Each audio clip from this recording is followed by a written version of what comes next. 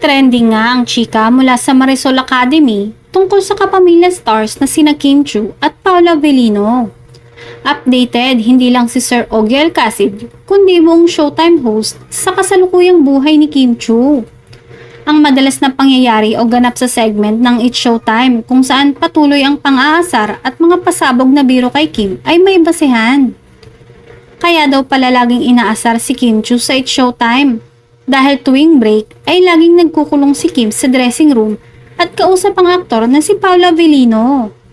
Balita pa na regular na din daw umano ang kanilang jogging routine at yun ay bilang kanilang bonding.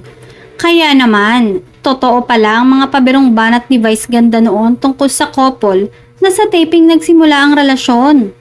Hindi man direktang sinabi ni Meme Vice kung sino ang nasabing couple, ay halata namang ang Kim Pao ang pinapatamaan niya dahil sa pagtutok nga ng kamera kay Kim at pagpapawis nito. Tila handa na ang kapamilya actress TV host na si Kim na magmahal ulit matapos ang kanyang failed relationship. Marami naman sa mga fans ng aktres ang labis na nasisiyahan dahil makikitang nakapag-move on na umano ito.